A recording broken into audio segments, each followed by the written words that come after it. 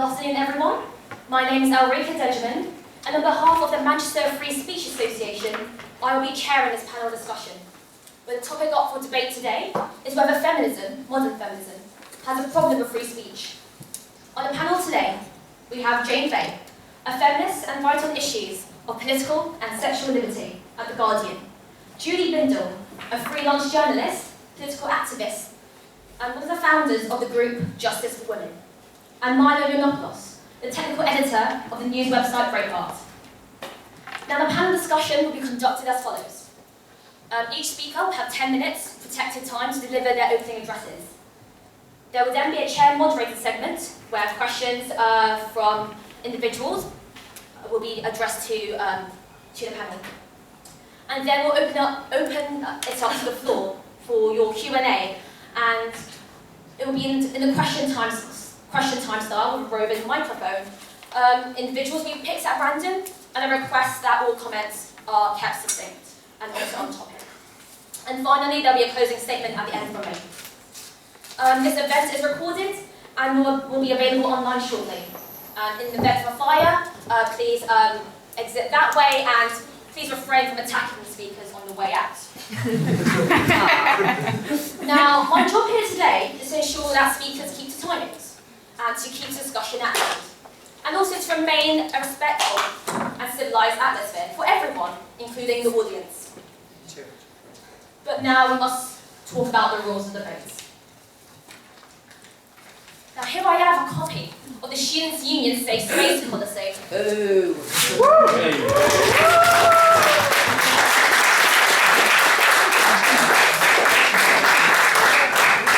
not needed, we do not need this, and we're not referred to it at any stage. I can go. Also, there are no trigger warnings today, no need for political correctness, no censorship. I will allow offensiveness, and also swearing, all of that permitted. And I will not ask anyone to check their privilege. I haven't, fantastic. Now, as a result of the controversy with regard to the original event, it has actually been a blessing in disguise, because now this event can be run with even more flexible rules, and speakers can say what they like without interference from the SU. Now, this event has been made possible by the university in accordance with their code of practice on the freedom of speech. And I would like to thank them for their cooperation.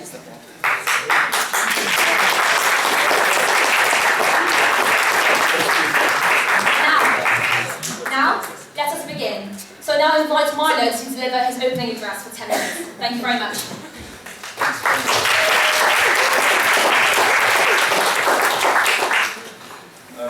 I won't need 10 minutes because there are a couple of easy factoids that will demonstrate to you why feminism has a problem with free speech. I was very jealous of Julie when the event was originally postponed, because you were banned and I wasn't. Even though he's a twat. I've said far, that you can tell already we struggle with structure. I've said far worse things about everyone than you have. I mean, you've been apologising for 11 years for a line in a piece about transgender people. You've been apologising for 11 years. You've been prostrating yourself on the altar of feminism, begging for them to let you back in the club after being ostracised for your free speech. And still, you get no platform everywhere you go. Anyway, I made a fuss about it, and I said I thought it was completely unacceptable that I, as a far more racist, homophobic, sexist, and disgusting bigot, should have been banned first. Julie Bindel is a lovely feminist. What's wrong with me? Am I not offensive enough for you? Anyway, eventually they did ban me. Very often universities will use a variety, universities and their student unions will use a variety of sort of fake administrative tactics to ban people who say things that fall outside the bounds of acceptable speech and to express ideas that are unfashionable or politics that they don't like. Which is why, I suspect, I'm afraid my second event in Manchester tomorrow has also been cancelled. I have been told that I will not be permitted onto university premises for the event that's supposed to happen tomorrow. Now, this happens over and over and over again, and only ever to people who are exercising their freedom of speech only ever to people who are pushing the boundaries of what can be thought and what can be said. Now, the people doing this are political progressives. What they forget, of course, is that free speech is the engine of progressive progress. Free speech is what gave the suffragettes ultimately the vote. It is what has driven gay rights. It is what has driven the civil rights movement in the US for black people. Free speech and the right to be offensive, the right to be outrageous, the right to thumb your nose at the establishment is the most precious gift we have in the West. It is something that is not available to most people in most places in the world. It is something that where it is not present, violence takes over. In those parts of the world you can't speak freely, people shoot each other. Where you can speak freely, they don't. And perhaps no modern political tendency, no modern philosophy, if you can dignify it with that word, is more hostile, more fundamentally, philosophically antithetical to the principle of free speech than feminism. Feminism operates on the basis of a curious, a weird set of identity politics that we will get into in the course of the debate. And everywhere I have been invited to speak, I've been banned from, 5, 6, 7 universities, not as many as Julie, again, bitch. I continually get banned, and it is always the feminist society, dreaming up horseshit excuses as to why I shouldn't be able to speak. Either there's some sort of administrative problem, you didn't fill a form out in time, which is the usual excuse, or, as is more often the case, they will dredge up some remark as though being offensive, as though telling a joke, whether it's about blacks, or transsexuals, or gays, or lesbians, is a reason enough to ban somebody from a campus because their opinions become irrelevant. Now, give you a few quick little things while I have a couple of minutes left, just to sort of set the scene. What feminism has done, and what progressive politics on campus are doing generally, this is far advanced in the US, a little bit less far down the road in the UK, is privilege the state of privilege lies and punish the truth. They privilege lies, for example, about the wage gap. You're not allowed to criticise the wage gap, or you get accused of being a sexist, you get accused of being a monster. The wage gap is not real. You're not allowed to criticise campus rape culture, the idea that apparently university campuses in the West are, have similar rape rates to Uganda. If you point out the obvious idiocy of this claim, again, you are a rape apologist and you will be banned. And then, of course, there's rapes themselves, whether it is UVA, Duke lacrosse, any number of high-profile supposed sexual assaults, the broadening definition itself of sexual assault in university conduct codes, any of these things, you are likely to be banned, you are likely to be called names, you are likely to have your speech turned into a debate to try to water down your influence, and all the time, the real victims in many of these cases are being silenced, and that includes other feminists who go off reservation, not just you, but Germaine Greer, Christina Hoff Summers at the American Enterprise Institute, who has effectively been exiled from the feminist movement, a respectable academic who has been exiled from the feminist movement for decades for the crime of fact-checking. All of this stuff is, of course, stupid. We are here today with more publicity and more attention on this event precisely because somebody attempted to shut it down. This is known to some people on the internet as the Streisand effect. Every time I am banned, every time Julie is banned, more attention is given not just to us, but to our arguments. These bans aren't just profoundly stupid, they're also hugely strategically counterproductive. And we'll talk today about the subject matter, about specifics of the way in which modern feminism, intersectional third-wave feminism, has problems with free speech and free expression. But this particular event is an example. The amount of press attention this received, internationally, is an example of how, even though these guys are trying to shut us down from speaking and you from listening, actually the results of their actions are only ever counterproductive, which is a cause for optimism for all this.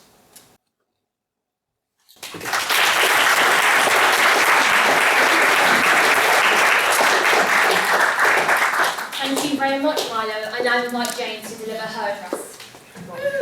I should have stood. That's good to stand. Well, no, you can do You can do what you like. what you want. Sorry. Just if you've gone a bit longer, I've finished that row.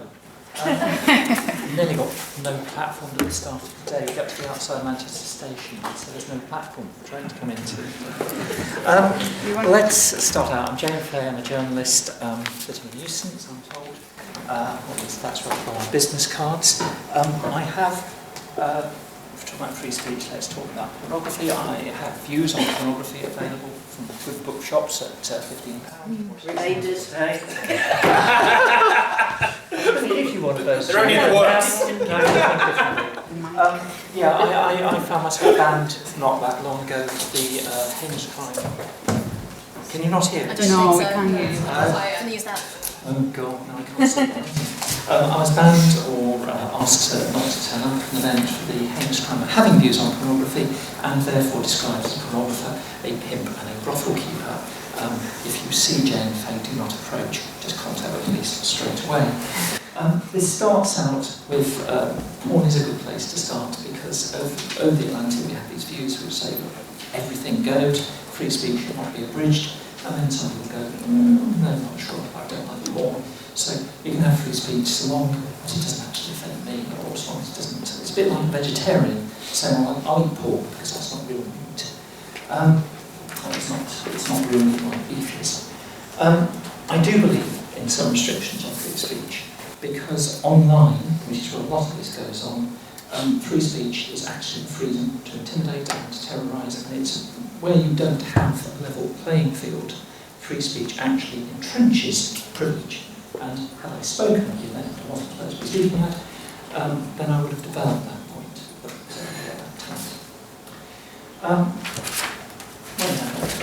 I've got lost. Allow me to digress a moment to introduce the elephant in the room, because they are Jermaine, in fact Jermaine Greer, because I've got no gloves. We can't ignore the fact that there are some people, some groups, some transgender groups, who have suggested that Jermaine not speak, and without going into what her views are, because I think there's going to be a distraction here, let us agree perhaps that Jermaine is probably not the world's best trans ally. And let us also agree that there are trans people around and allies who consider, and I've missed the point I was going to make, which is that porn is condemned in some parts because of the harm that it is alleged to do. And this is exactly the same argument that is used when it comes to Jermaine, that because of the way she speaks, the things she says, there is harm done. So one of the reasons for abrogating free speech put forward is about harm. And if I quote Howard Jacobson, he recently called out journalists for failing to connect anti-Semitic violence with anti-Semitic speech, and I'll quote this. It's hard to decide whether being cynical or naive. Could they really have supposed there would be no speech hyperbole? The last century teaches the extremity can pass from fine discourse to street barbarism in no time at all. To call out anti-Semitism unless blood has been spilt is a hazardous enterprise in Britain. It draws the accusation of hypersensitivity. But defending Greer, even like the trans people, are touchy. And the question is, will the real Howard Jacobson please stand up? What is actually going on here is tribalism. Jacobson is very touchy about comments made around anti-Semitic comments, and he sees the link. He doesn't draw the principle from that towards comments being made that are anti-transgender or anti-feminist or anti-women. He sees his patch. I recently had some little problem with some squaddies on Twitter. I talked about wearing the white poppy, which apparently is to politicise and to insult the heroes who actually died for the country. They were telling me that because people died for my right to have free speech, I really mustn't use my free speech. I couldn't get my head around that at the time. I still can't really. In other words, it's circular. And the same sort of thing comes up with feminists concerned about my views on porn, which I still haven't actually mentioned. And it's about trans people concerned with the harm that may come to them from Greer's views. In other words, all of this is about supposed harm. Now, the question that we ought to be addressing is who gets to define the risk of harm, who gets to define harm, people who are actually talking, or people who are supposedly potential victims of that. And where's the extent greatest? And here perhaps I may or not disagree with you. The greatest dissent seems to come from people closest to an issue, people from the banning and blocking and stopping of events seem to come from those closest. A lot of the banning and blocking of feminists comes from other people who identify as feminists. Although, talking to Julie earlier, you solve that sometimes by defining people as not necessarily feminists. But That's a separate issue. Happens on the far right as well. There's lots of organisations dedicated to stopping EDL and Britain First from speaking. And yet, actually, even on the far right, you have debates where this or that speaker apparently doesn't come up with quite the right line on bigotry, and therefore they're banned. It's nonsensical, and it is those closest to a topic who are most likely to try and get somebody banned or blocked. My speaking became an issue, not because of what I was saying, because I wasn't going to talk about anything whatsoever, because of who I was alleged to be. Last week we had, Sarah Dighton is supposedly stood down from speaking at Bristol FemSoc because there were allegations. What Bristol FemSoc said was that they recognised that there were allegations that she was a transphobe, but they couldn't actually substantiate whether it was true that she was or wasn't, but they knew the allegations, so that was a good enough reason for not having her speak. Now, Sarah and I, we're not necessarily on the same page, in fact, not necessarily in the same book, same shelf, same library. In fact, a lot of the time we're totally at odds over issues. But when it comes to certain issues, I want to hear Sarah. So, this is my problem with banning, blocking, barring. How are we doing? I'm not going to shut it down yet. What I object to, what I write about at length, is unintended consequences. Because once you start down the banning and blocking route, you start to end up with things you didn't intend in the first place. So when it came to pornography, the very first casualty, or one of the biggest casualties of the Obscene Publication Act back in the 19th century, was people campaigning for birth control. More recently, filtering online, one of the biggest casualties about LGBT sites. And most recently, I found that the County of Hertfordshire was taking issue with a fine journalist who had written an article about views behind the stuff of Lesbos. She's in the room. You are blocked. You are blocked in the County of Hertfordshire. Just that article, it was offensive to real lesbians. Want to live on Lesbos. So this is the problem. Let's just take one other shift, just about what time for it. The BBC made much of the fact that Greer was banned because of her views. I think there's also something else going on there, which is not just her views, but the vehemence and the language she used. This is not an argument for tone policing. I'm really against tone policing. But I don't know if people know the quotes. 2 minutes. How many? 2 minutes. Oh, okay. Just because you lop off your dick and wear a dress doesn't make you a fucking woman. I've asked my doctor to give me long ears and liver spots, and I'm going to wear a brown coat. That doesn't turn me into a fucking cocker spaniel. I can't do the accent. I can't imagine, the defence is she's an academic, I can't imagine reading an academic paper with quite the profusion of fuckings that she produces, except a paper on the etymology of fucking. The word, that is. Etymology is clear. Now, can you imagine doing that in everyday life? Buying a ticket just to get here today. I've asked my doctor to give me a bottom, and I'm wearing a blue coat, but that doesn't make a fucking ticket seller. Would you get a ticket? Try that down in Manchester, Piccadilly. The answer is no. And what I think is a big problem, so whilst I would argue against the bad blocking that goes on because of unintended consequences, what I am going to ask, and where I perhaps separate from them, apart from that I like to do knitting, and apparently both of those hate knitting, is I don't like contrarianism. Milo freely admits being contrarian. Julie, you hate knitting. Cycling? Loathe knitting. Vegetarians. And cyclists. Vegetarians and people who buy panettone, God knows why. So the problem I have with this is contrarianism, and it comes through a Jamaica thing as well, which is that I'm putting back vehemence into what you're saying. You actually are bringing unkindness into debate. So if I finish, I've almost finished, very almost finished, kindness. We can't legislate for people to be decent to each other. What we do need is responsibility and kindness, less contrarianism, and probably we need much stronger chairing, because part of the problem is that a lot of chairs nowadays wouldn't dare to shut down sort of big speakers like Julie or Milo or myself. I'm afraid I have to stop you there. Thank you very much.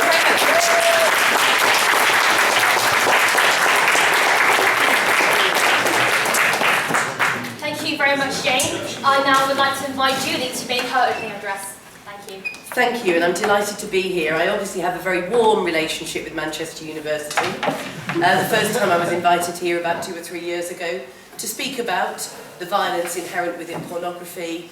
I received so many rape and death threats that I had to pull out because, of course, my presence on campus would have been an act of violence to trans women. Now, let me just go back to the offending article in 2004. Milo is not quite right when he says that I have basically taken it up the twins every year on a regular basis, apologising about it. I've apologised twice publicly for the tone of my article that was in Guardian Weekend by saying that I recognise that I was very immature to write it in that style at the time. I wasn't actually a journalist, I was still in academia, which is the worst kind of thing that you could ever admit. And I said a couple of things such as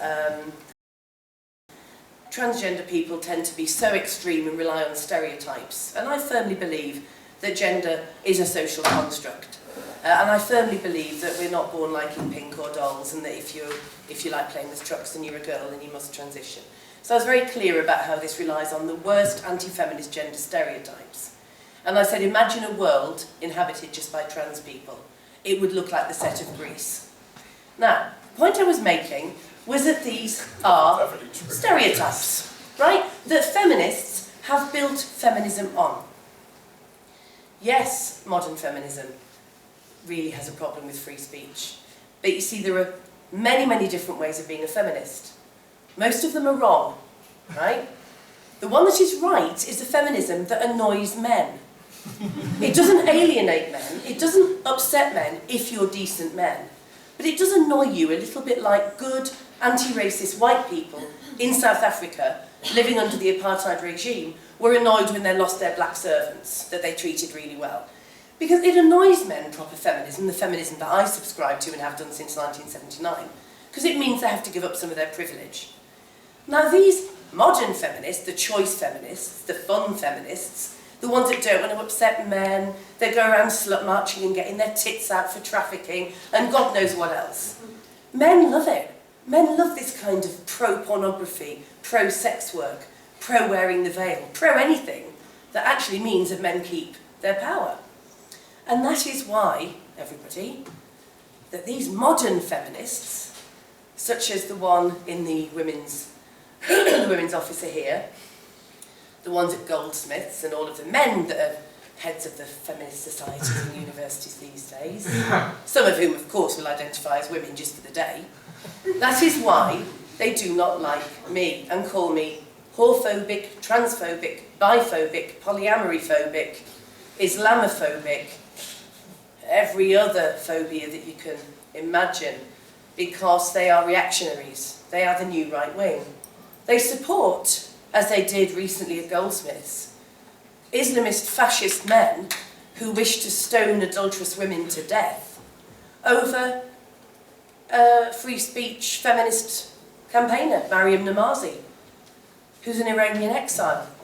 They support those pimps who call themselves sex workers and say that prostitution is great for women, over survivors of the sex industry who say this is abuse. So it's all gone very Alice through the looking glass. In fact, on a bad day, it's a little bit like a cross between George Orwell's 1984 and The Life of Brian, which no doubt you will definitely be too young to remember, but look it up, it's great fun. Now, Milo already talked about how he wasn't banned and I was when we tried to come here to speak previously, and it has really been to my benefit, because by not banning Milo, but banning the feminist activist who has campaigned against sexual violence for 35 years, they kind of showed that this is bigotry towards radical feminism. So this is a hatred of radical feminists by the new choice fun feminists, right? The kind of sex posy ones, you know? So this was really clear, because this is what Jess Lishek said, the Student Union Women's Officer, who is a major bell end. And she said, and the grammar's terrible, She abhorrently argues that trans women, I argue really well, but she abhorrently argues that trans women should be excluded from women-only spaces. No, I don't. Whether that be through feminist organising or women's sexual and domestic violence services. Apparently, I have been spouting these arguments for decades. I have been on a crusade against trans women forever. I have written 4 articles about transgender, one of which had some offensive lines in, if you're not going to have a sense of humour, right? You call me a fat, ugly lesbian all the time. That's a reasonable argument to make. You say I'm hung like a gnat. Yeah, no man, I say he's hung like a tic tac, right? We all know no man would have me, that's why I have to be a lesbian. We're not the ones with no sense of fucking humour. So this woman, this women's officer here, said I've been on a crusade. I've written hundreds of articles. I have done thousands of hours of unpaid work challenging men's violence against women. What happens? I turn up at a university to speak not about trans issues, but about violence against women and children. And they're all out there, the sex posies, the transgender activists. I have to tell you, I have more transgender friends than I do in the little cabal and their allies, all of whom are just wanting the kind of kudos and the tick box of saying, I'm so cool. This is nonsense and it has to be stopped. Now the reason why we have an obsession in universities with the trans issue, as well as the pro-sex work stuff, and it's all linked together in some horrific kind of libertarian, anti-feminist cesspit, is because it gives just white privileged men, who don't really like my sort of feminist, and who can blame them, the right to stand there and scream transphobe, whorephobe, at me, right, a human rights defender, and still be seen on the side of the progressives.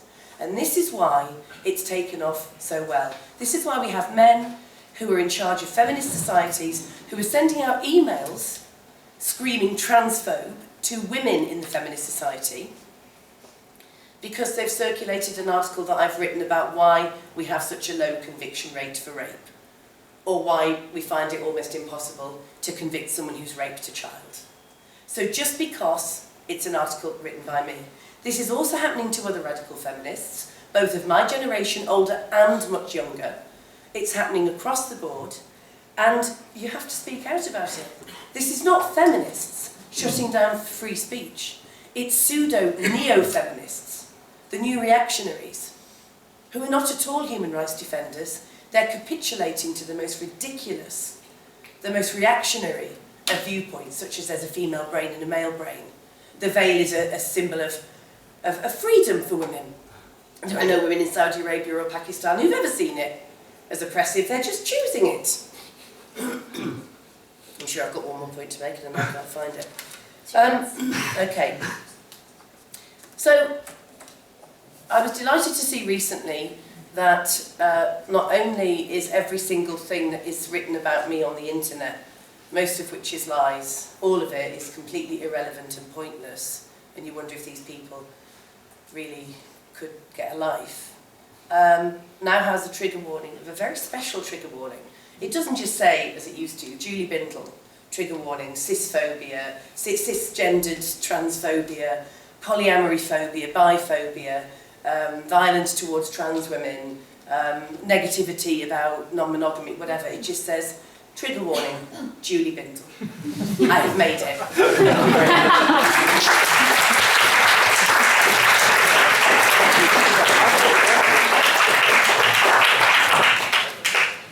Thank you very much. Thank you very much for your speeches, much appreciated. Now we'll answer some questions that have been pre-moderated in advance while running, just checking if they're actually legitimate questions. Are they good or not? I would say a legitimate question. Once. Okay. So my first question is that, well, let's be honest, certain individuals, for example, men of a particular background, are routinely denied a voice to speak on issues that pertain to women. Why is that the case? Who wants to start first? I'll start with that. There's a sort of preposterous idea doing the rounds in the media, and it's not just limited to one side of the political spectrum. And in particular on university campuses, that if you have a certain identity, you're given rights to have opinions on subjects that pertain to that identity, irrespective of whether you actually know anything about it. So black people know everything there is possibly ever to know about African history, and you're not allowed to criticise them or you're racist. The same goes for women feminism. Men are not allowed to talk about feminism, despite the fact that modern feminism is incredibly destructive both to men and to women. You're not allowed to talk about that. You'll be called a mansplainer. What show was it? It was Big Questions on the BBC. Somebody said to me, oh yes, do tell us about feminism in that sort of sarcastic, bitchy way, as though I have no entitlement to speak about feminism. Well, I do, and unfortunately for them, they're going to have to listen to it. The identity politics is poison. It is the idea that we are what we were born into, and it has given rise, as Julie very correctly says, to not just sort of female chauvinism, but in general a sort of weird new reactionary bigotry among so-called progressives on campus, or people who run your student union. Julie, would you like to interject? Well, may I, Jane, first?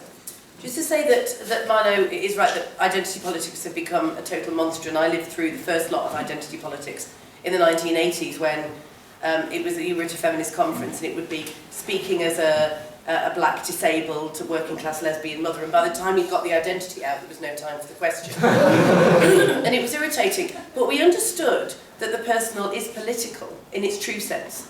And that was a phrase that was that we first heard in 1969 by one of the pioneers of radical feminism, because what she said, and she was right, was that if you get a group of women who've never ever spoken about their domestic violence or child sexual abuse or ill treatment by their husbands, this was before rape in marriage was even a crime, and they get together in a group to talk, then the personal becomes political, because what she says is, oh, I thought that I was the only one who had to endure this violence from my husband. And somebody would say, no, that happened to me. And that's what started the women's movement. So identity was very important in terms of experience, right? But now, you see, I would go one step further than Milo and say, it's okay, you don't actually have to be, that person with the identity and the experience. You could just make it up. I mean, I could sit here and say, speaking as a black woman, not one of you would dare say, but you're not black. I bet not one of you would dare say that. Some of you are probably now wondering, if I am of dual heritage, with some, I'm a light-skinned black person, and I could sit here and wax lyrical about whatever, and you would not dare say this, because this is the climate you live in. And there was a debate, I think it was at Conway Hall in London, about something to do with feminism, and there were questions like this at the end of the speeches. And it is true to say that men do have more privilege in the world and therefore are much more confident to actually ask questions, speak out, Isn't that generalisation? Yes, so you can, I'm throwing it in so that you can, let me just finish my point, it's really brief. Give me the confidence of a mediocre white man, right? This is what every woman wants. Anyway, so the questions came, and the chair said, can we have a question from a woman? Because it had been man after man after man after man. And a man, a white man with a beard, stood up and said, I identify as a woman, blah, blah, blah, and started to ask a question. No fucker dared challenge it. Yes, I'm going to sort of come at this from a slightly different angle. Is this working or not? I see the need for women's spaces, but I also see the need for relevant spaces. Is that better? Yes, that's better. I see the need for relevant spaces, so there are many spaces where I feel that I should be there talking, but I'm probably not going to want and demand, in fact I don't think I have any right to be in a space where somebody's talking about neonatal care or anything like that, as somebody just looked ridiculous. What I have experienced recently was chairing a panel at a conference about 2 weeks ago. It was on challenging sexism, and what was very, very clear was we had a room of about a dozen women, and we had 2 men. And you could almost shorthand some of what was going on to the women. And then every now and then, one of the 2 men would go, oh yes, but surely it can't be like that, or yes, but what about? And you get this look going between the 12 of us, which was, yes, it is. And it's almost a thing that, is it really our job to spend every meeting educating the 2 people who don't actually know what's going on, if what we're trying to do is to get to some depth within that? In other words, this continual insistence that people have to be able to come in to a meeting when they know nothing whatsoever about it holds back, it derails. No, I can't agree with you, actually. All it does is, it does precisely what free speech is supposed to do, which is set up obstacles to groupthink. The environment you're describing, in which everybody's looking at each other and saying, they don't realise, do they? They need to be educated, is precisely the danger. It is precisely the environment which has given rise to the progressives on campus today, where there is no dissent, where groups are encouraged to speak together if they are delineated by ideology or by identity. Those awkward, annoying, difficult, frustrating men in the room, it could be white people in the room at a Black Lives Matter movement, it could be anything, are exactly what you want in the room. This is basic classical liberalism, it is the bedrock of our society, it is, as David Stark said on Question Time, he's generally right about everything, he's particularly right about this, it is what we are. It underpins all of our institutions, it enables everything that we are and everything we've created in the West, those annoying, irritating, nagging voices that everybody goes, oh dear. You know, I'm one of them, you're one of them, and you're one of them. And if we don't have that in society, we wander blind into precisely the kind of feminism about which this debate has been staged, and precisely the kind of feminism that banned us in the first place. I want to pick up the point that Bindel made about privilege. He mentioned about how men in general have more privilege than women. But Milo has been banned from the University of York, and he was keen to talk about issues that disproportionately affect men. Why are feminists seem to be silencing people who are keen to speak on issues that do affect men more so than women? Feminists don't just want to stop men talking about feminism. Feminists want to stop men talking about male issues too. Feminists petitioned the University of York. The University of York was going to mock International Men's Day. Now, International Men's Day, you may think, is a silly thing. It's 364 days off. Yeah, all right, of course. How many times have we heard that joke? Your jokes are stuck. I just made it up. Jokes are stuck in 1979. No, I mean, look, International Men's Day, which is mostly about male suicide, by the way, a gigantic epidemic that nobody wants to talk about. The university wasn't going to do anything special, it was just going to mock International Men's Day. Feminists wrote to it en masse, students and the faculty and staff, and had it cancelled. On the same day that International Men's Day at York was cancelled, a young student killed himself. This is precisely the kind of thing that I like to write about. I'm not sort of endlessly banging on about men's issues, but that sort of bitter and bleak poetry, if you like, in coincidences is a sort of particularly disgusting, destructive, and Orwellian consequence of the groupthink that you want in your events. So we have to keep re-educating the men. Yes, you do. You have to re-educate people every time, over and over again. This is classical liberalism. It is J.S. Mill. It is only by presenting your arguments in their strongest possible form and having them challenged constantly that you can ever be sure you're right. And feminists don't just want to silence men on feminism, they want to silence men on every subject. And on the subject of silencing, before I finish, we're constantly told by feminists they're being silenced. I have never seen it in my life. When feminists speak up about anything, they get money, platforms, and praise. When men speak up about things, they get fired. Isn't it funny? Sorry, Jane, do you want to speak? I'm sorry, I understand and recognise the reality that people who end up trying to silence me and trying to govern my life are not all women, but they tend to be men. And I found this out very much through the transition process. One of the greatest ways that it's done is through social prevention and chivalry. I find chivalry very, very difficult to cope with, because what it is seems to be men coming into women's spaces and saying, this is how women's spaces should be, this is how they should be safe, this is how they shouldn't be safe. And that... But if men are chivalrous, you hate that too. I mean, the reason men's rights activists are so mean and rude to women is that feminists have been saying for 30 years... What I was trying to say was that men will come in and interrupt when you're trying to speak. And I'm talking about people coming in, women manage women's spaces. That seems to be perfectly straightforward. And I've had men come in and threaten me with violence for being in a women's space because they want to manage women's spaces and women do. That for me is problematic. Yeah, I mean, I've been no platformed from various universities for 12 years, and it's actually a very new thing that you and Brendan O'Neill and the other fellow that was due to speak about abortion. At Oxford have been no platformed. Feminists have been no platformed for a long, long time. And in fact, it was, I think I was the only one, apart from fascists, on the NUS no platform list, which seemed really very odd. And recently I went to a university, in Essex University, with a porn producer called Jerry Barnett, and he has given awards publicly to other porn producers at the XBiz event 2 years ago, for example, for genres of porn. One was called exploitedafricans.com, which had the strapline, "They're fresh off the boat from the Congo. You can do anything you want with them." And another genre was based on the John Warboys What was the rapist. Do you remember the John Warboys taxi rapist, the black cab driver, who raped police think up to about 200 women? He drugged them, he raped them. He was eventually caught after the police just disbelieved the women and believed him, because of course he was a stand-up guy, black cab driver. And you know, Jerry Barnett and I were going to this debate, and I was going to talk about violence against women, and he was going to say how this grotesque porn was only good for people, and I was screamed at by a load of Bell End students for being a transphobe and a whorephobe, and he was left to walk through the campus with no problems at all. So no, I mean, men do have enough spaces to speak, enough platforms, enough seats at question time, where there's only ever a minority of women, except for one memorable time.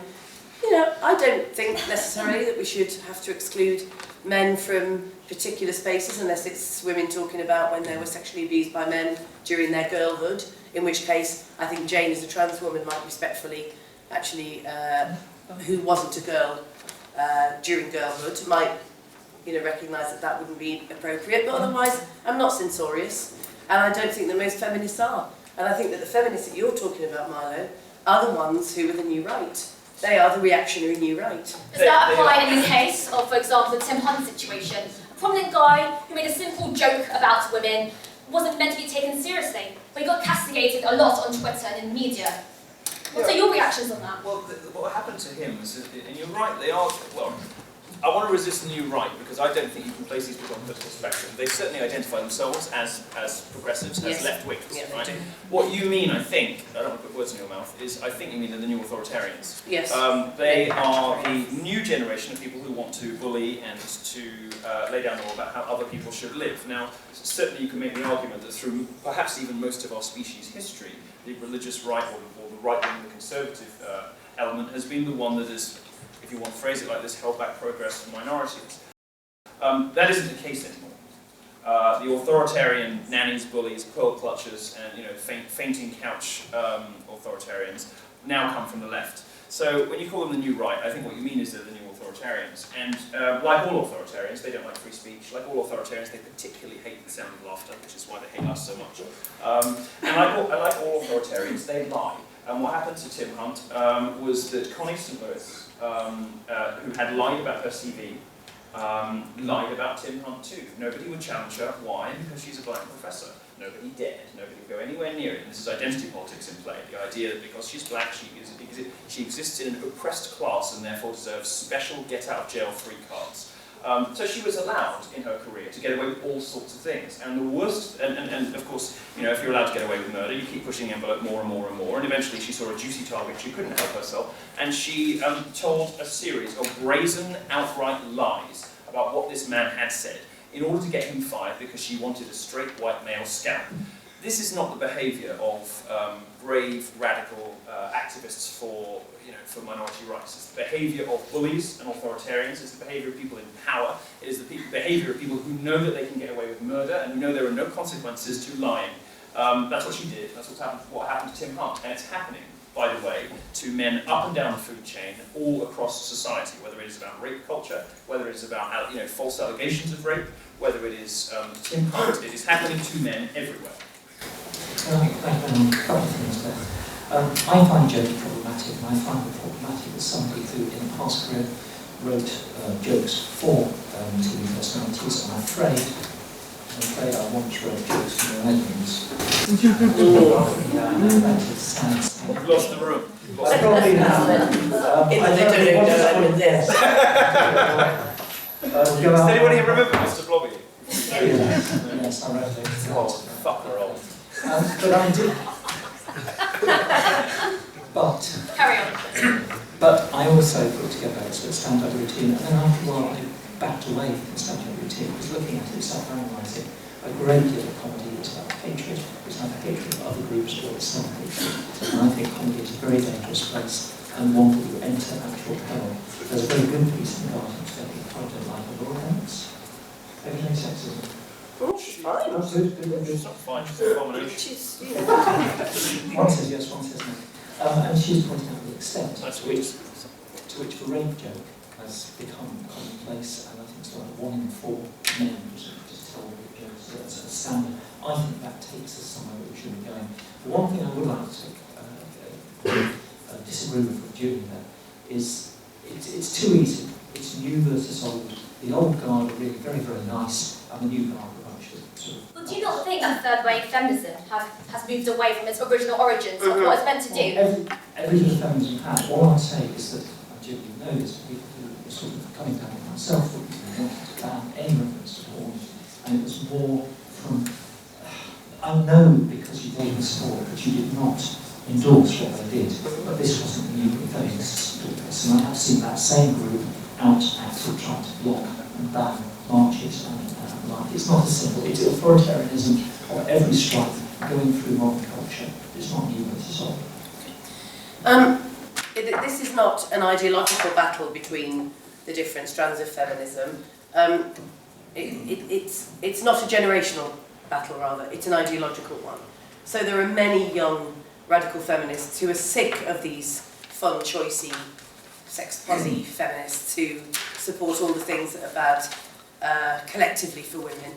And I think that it's quite interesting. Feminism is the only social, progressive social movement that is not allowed to have a clear set of principles, of aims and objectives, and ideology. All the other social movements are. The civil rights movement had a very clear set of aims and objectives.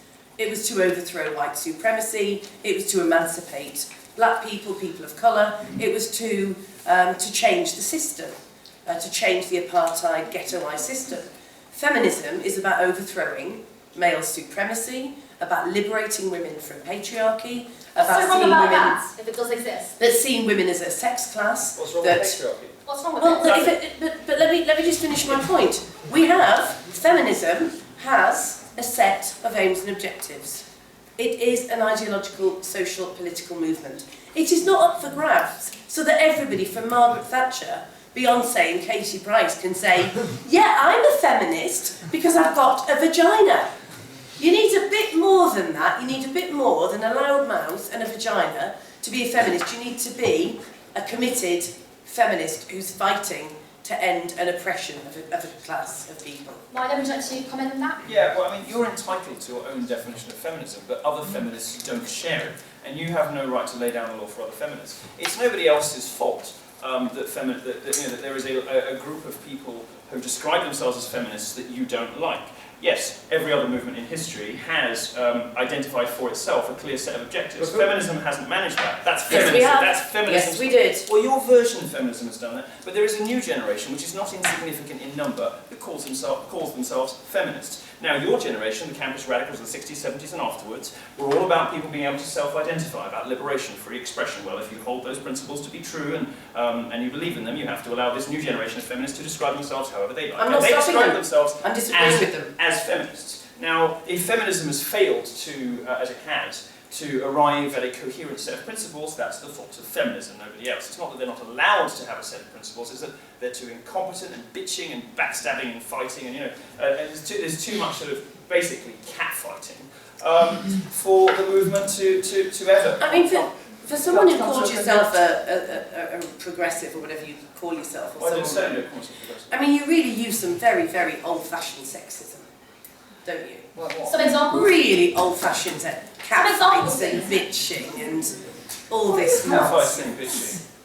Is that really sexist? Is it really oppressing women by the language that he uses? Do you know what I find remarkable about this? Is that, I don't feel oppressed sitting here, but I think it's old-fashioned sexism and you could do better. Do you know what I find remarkable is that we started out all being ostensibly in favour of free speech, and then we had this sort of weird po-faced humorlessness, about comedy, which is actually the space in which free speech really lives. You know, you started defending free speech, and then you said, oh, well, I found comedy a problem because it takes us somewhere we're not supposed to go. It is precisely comedy that is the measure of how free speech is in a society.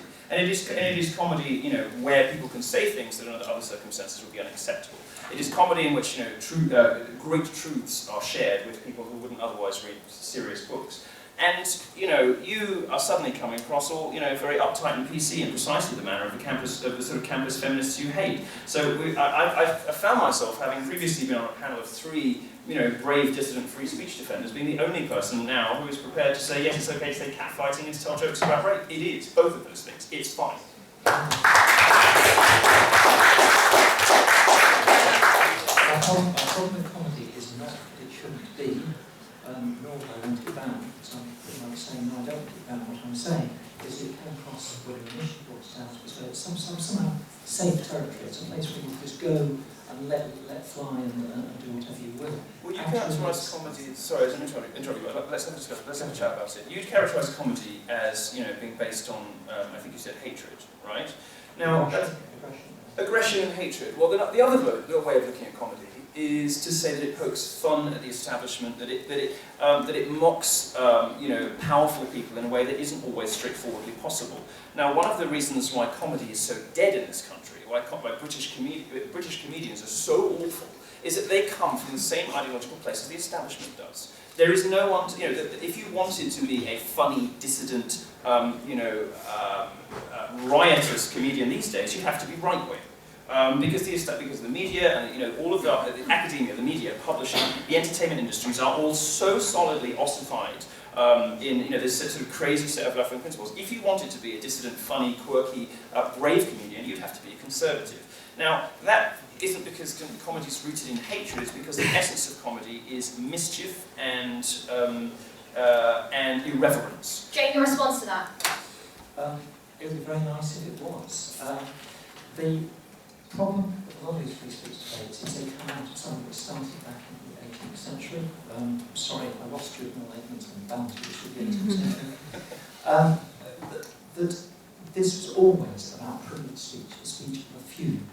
So what then happened was that people who had privilege wanted to have more privilege. Who are these privileged people? Well, the likes of Voltaire, for a starter. People who are philosophers, writers, a class that was always... But in the modern day context, who are these privileged people? They seem to be... Me, Julie, Milo. I'm sorry, but when we get banned, actually, you know, if you lock off one platform, sorry to valorise career, if you lock off one platform, then when we spring up again, we're not half a dozen more. In other words, there is, to my mind, a number of separate debates here. First of all, when it comes to publishing and free speech, there's always been an argument between people who have speech versus the state, and that's one argument. But the other argument, and why I said in what I started out by saying, there's a separate argument about arguments, discourse between people, where speech is used to shut people down. Okay, but this comment, yes. Who are the hateful comedians? I mean, you say I don't comedy think it's a real topic, is it? I want to know if comedy is based on hatred. You know, there should be some examples of hateful comedians. I don't see any. Well, let's have a look at what happened in Paris in January when the 12 people in the hard left wing, not right wing, satirical magazine were shot dead by Islamofascists. So they were very firmly of the left, and they provided something hugely important, which was satire, against madness, against people who say utterly crazy, mad, offensive things, such as that jihadists you know, are going to be shagging virgins for the rest of their time in eternity. And so this was a great thing that they did. They also took the piss out of all kinds of fascist reactionary fuckwits alongside it. And what then happened was, and I've just written a long article about this, was that the French cowards, the cultural relativists, the white liberals, decided that they'd asked for what they got, that they deserved it, because of course they'd gone too far. So these people were of the left, and they were bravely being extremely funny and satirical at the same time. And so that makes feminism in what way? Well, this is an article that I've written on the feminist response, which was instead of saying, these are Islamofascists who wish to destroy Western civilization, who wish to take every single ounce of progress that women have made since the beginning of the earliest women's movement, and they want to put women back to the Dark Ages. They're now supporting the Islamofascists. They are now not saying these people want to destroy every progressive movement. So what on earth has happened there? And you know, the other thing is that yeah, we've all got a platform, so when we're no platformed, I can earn more money in the States, because I'm now more known in the States. You know, I get more work. I also do lots of unpaid work, some of which is blocked because you know, the trans cabal and the homophobic, you know, cabal, you know, don't want to hear me talk about real progressive feminism. But what I worry about are the students, the female feminist students in the FemSocs that are dominated by men, dominated by misogynists, who can't speak, who aren't going to be invited here or to the States for a speaking engagement. They're the ones that are truly silenced, not us. I agree with you on this, actually. I wrote a column that was probably the reason that I'm not getting a lot of TV work at the moment. I said as a gay man, mass Muslim immigration terrifies me. Now, if this offends anybody in the room, good. What I said was, I don't consider ISIS to be the sole problem. I said that in 10, 11, 12, 13 Muslim countries, I can be killed for who I am. You know, that this is a problem with mainstream Muslim society, not just terrorists, not just extremists, not just Islamic radicals. This is a mainstream Muslim society problem, and I'm worried that that we might go the same way as Sweden.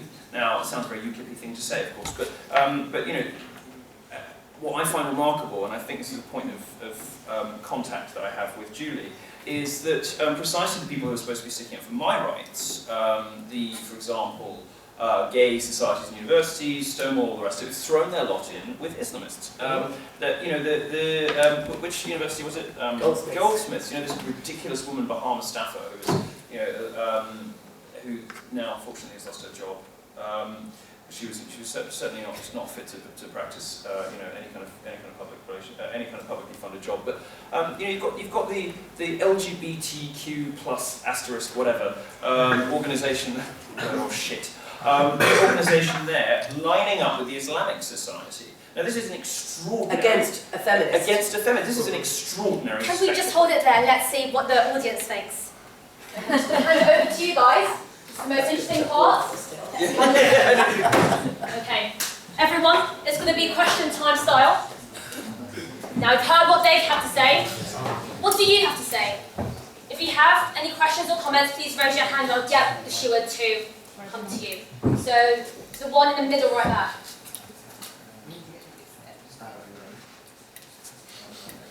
Hi. Okay, My question is about, so before we got here, thanks for the panel. I think, you know, this morning we got an email telling us the location of this event. We had to check our bags and coats before we came in here. I think we all sort of know that some limitations on our sort of liberties are part of sort of living in a diverse society. So you said that freedom of speech is what's given us, you know, the rights that we have. Certainly, freedom of assembly has done the same thing, and yet there's something ironic about this event, sort of curtailing that freedom of assembly. any points, sir? How do you speak to curtailing some liberties and not others? I see it as a sort of speech seems to sort of rank higher than the other liberties. Free speech is under assault everywhere at all times. And it's only very enlightened people who recognise this and very enlightened people who fight for it, and you should be very grateful to those people who do. And there are people on the left who do, like Nick Cohen, there are people on the right who do, like Brendan O'Neill. Nobody has a vested interest in free speech, right? Everybody, if they're asked honestly, outside the context of an academic debate, will say, you know, if you ask them, if you could shut that person up, would you? They will say yes. Nobody has a vested interest in free speech, but free speech is the engine of progress of all good kinds and the basis of our civilization, should be protected at all costs, especially when it's offensive, because it is offensive speech that drives social progress. And that includes rape jokes, and it includes words like catcalling, because if that draws more attention to a debate that then moves forward, which wouldn't otherwise have been had, that is precisely the function of free speech. Free speech is valueless if people only say safe things. Jane, you want to say something? That's what's up. I mean, the part of the problem, and I'm going to fall into even more problems with Milo because I don't categorise things. I like everything to stay fuzzy. So I'm going to say there are types of speech. there is this highfalutin academic speech, which I think is what Milo was mostly referencing. And by and large, I'm in favour of that. But then you get down to these speeches action. People shouting, fire! I actually had a large experience on the way up here because they were doing the fire alarm at Euston Station. And sort of leaving the station, thinking about the guards who were actually shot. Turns out it was only a person. But we say absolutely that sometimes the speech seems to be of some merit, others are not. I think we're now confusing speech and action, we're confusing speech and space online, because a lot of online is about going into spaces, social media spaces, and if you went out through the streets of Manchester and a woman was following you on heels, pointing at you, shouting out insults about how you looked, about your beards or whatever it is, then you would find it very quickly impossible for you to go out into the streets. Your freedom of space would be restricted. And I think the problem that we have hit is that once upon a time, we had a fairly elite class writing very learned texts about speech and philosophy and blah, blah, blah, and we thought we could defend that, and everything else was something else. Now, of course, we have the mob. The mob is everywhere on Twitter, on Facebook, and so on. And they get in the way of just being. So therefore, we have to start to be cleverer about what speech is, what sort of speeches we want to preserve, what sort of speech is actually getting in the way of having an everyday life. This is code for shutting speech down, isn't it? It's a sort of class war because you don't like people being rude. Well, if I may just answer that briefly. Sure. I have, my partner's brother is a Hasidic Jew. He lives in Israel. My partner's family are secularist and have no truck with any religion at all, which I think is absolutely right. And when I was with my partner, we were flying back from Montreal, so a long-haul flight recently, and there were a group of Hasidic Jewish men who'd just been to some pilgrimage for a dead rabbi, whatever. Anyway, they were all standing. There was a group of about 12 of them, all standing, davening, praying at the tiny little window, which is a religious requirement, okay? I mean, you don't get shot if you don't do it, if you're on an aeroplane. There's some rabbi somewhere who says you don't have to do it if you're on a flight. But they were blocking the way to the loo. And more importantly, they were blocking their way to the drinks. So I was not happy. So I said, I'd had a few already, I said to one of the cabin crew, excuse me, but my partner and I are very committed radical feminists. We would like to stand up and do a feminist sermon to the flight. Because these men, whom we find offensive, not because they're Jews, we're not anti-Semitic, right? We find them offensive because they're spouting religious shit, and it's a group of men where women are not included in the prayers. So can we please stand up and say at exactly the same volume what we think the Feminist Manifesto for 2015 is? Very surprisingly, we were told that we could not. So I took that as an infringement of my free speech. But the point I'm making is, I'm not someone who spends her life banging on about free speech. I'm somebody who looks at who is being denied the speech and why, because it is not a level playing field. Okay, Your world. Sorry. Go on. Sorry, Milo. To the person over there, if that's okay. That's what I want to see. It's a comment on what Milo said about the rest of the panel, feel free to answer. I think what you said about International Women's Day, it kind of resonated with me, just because I thought you can kind of compare it to the fact, the kind of Black Lives Matter movement, and the people calling for the All Lives Matter hashtag, and the fact that actually, obviously, there are wider issues that need to be addressed for men, but the point about feminism is addressing a group of people in society who are oppressed, who are still being oppressed, who have been oppressed for many centuries, and unfortunately, men have not been facing those issues. And I just wonder whether you think it's about men trying to claim a slice of feminism for themselves because they feel that they're, for once in their life, not being represented. Okay, thank you. Yeah. No, I think that many of these arguments are simply a decade or so out of date. It is no longer the case that men earn more than women. In fact, it's been happening very quickly. We keep hearing that women under 20, 30, and now even 40, some people say, earn more than men. If there is a wage gap certainly among your generation, it is in the opposite direction. Men have a 2-to-1 disadvantage applying for science, technology, and maths jobs, according to a 2015 Cornell study. Boys are routinely thrown on drugs when they are held up to feminine behaviour standards in schools. Boys have a terrible time at the moment, and that's happened very, very quickly. It's happened the last 10 years. And very often you hear from older feminists who simply don't speak to that many young boys anymore, about a world that doesn't exist now. And young men don't recognise the world that these feminists describe. And when people like me say it's important to have International Men's Day, it is because Amnesty International tells us that the number of men killing themselves is the highest it has been since 2001, which was a huge peak. It is a problem that's getting worse. Young men are in crisis. And it's very unfashionable to say so, because you come across like some sort of weirdo Fathers for Justice, sort of loon with an axe to grind. But the fact is that the facts, reality, does not conform to feminist illusion.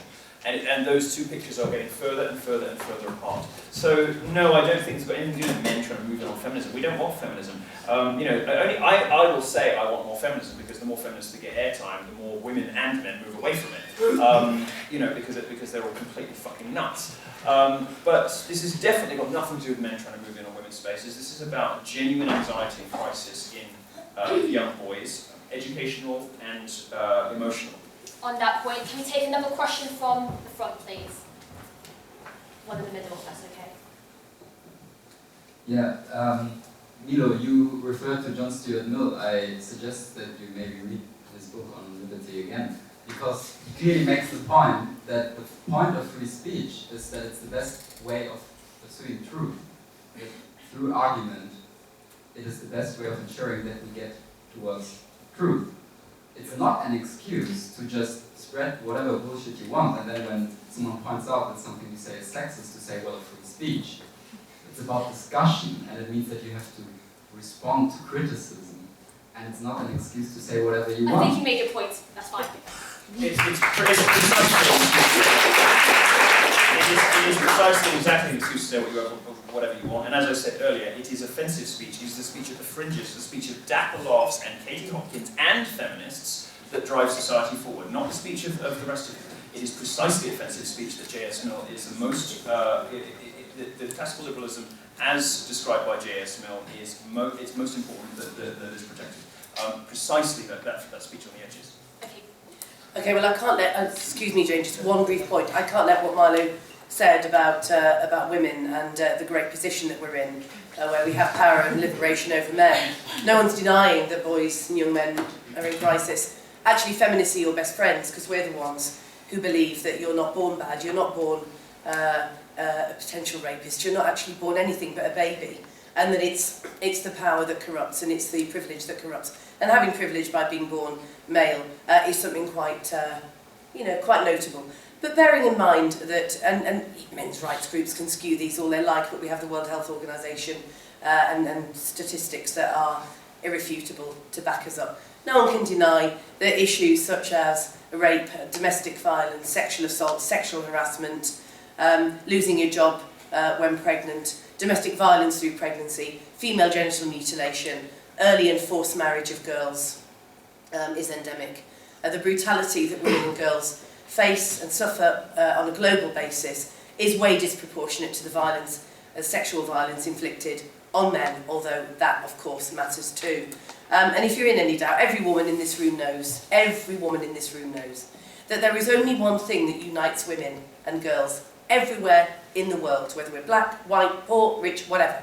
One thing and one thing only, and that's the fear and the reality of men's sexual violence, and the knowledge that if it happens to us, we will be blamed, we will be pointed at, we will be made to feel guilty, we will be told that we are responsible. And Jane?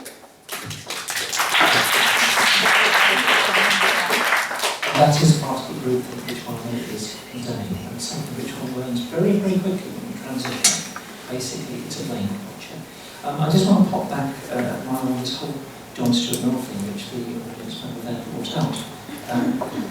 Mill was not in favour of unlimited speech. He very much argued that where in the state of cohesion there was a case for limiting speech. And if I can come back around and keep talking about total, it sounds like the example I was giving is that you transpose simple language being used, supposedly in an academic context, to ordering a railway ticket. Yes, that's a facetious example. But how far would you go? Are you okay with the person sort of still at the ticket barrier screaming at somebody because they've not done what they've asked them? Are you okay with calling the person every name under the sun if they drop anything else?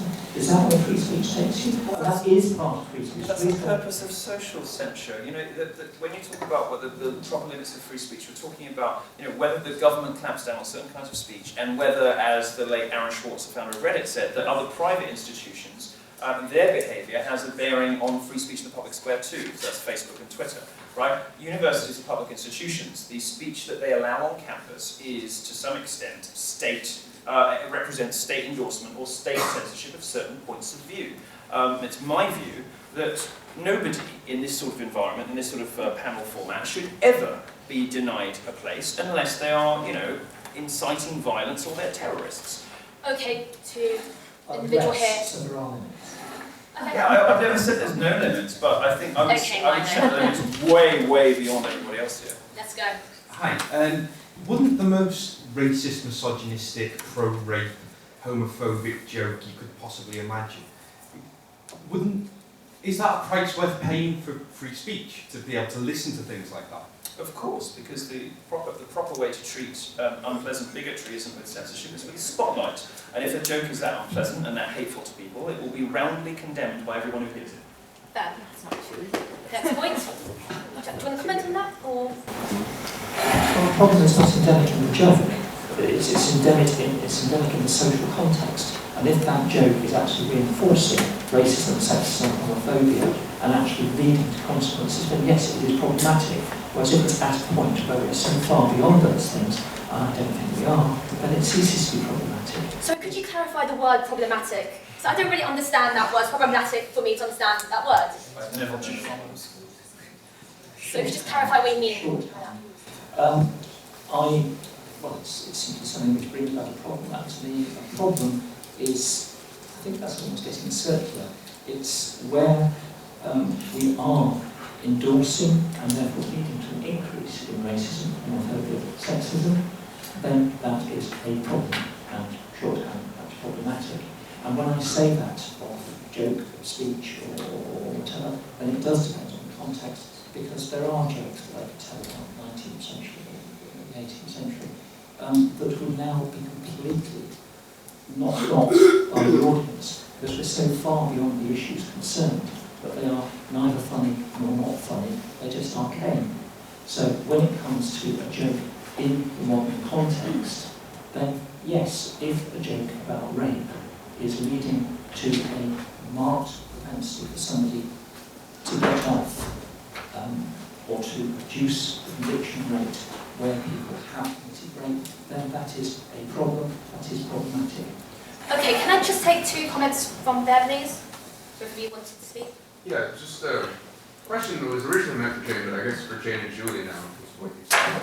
Like, I agree with what you're saying, Julie, but in terms of free speech, what Jane earlier said about comedy's anger leading to probably insightful speech, and just throwing away the line between inciting violence and speaking negatively, doesn't that mean you can kind of set the agenda, whoever's saying that? We can avoid criticism for certain topics because we're like, that's offensive. And when you do that, you're giving the majority control, and you're preventing the minority from coming up with new and improved ideas. Like, I come from a country, Canada, where that happens all the time, where yoga was banned for cultural appropriation.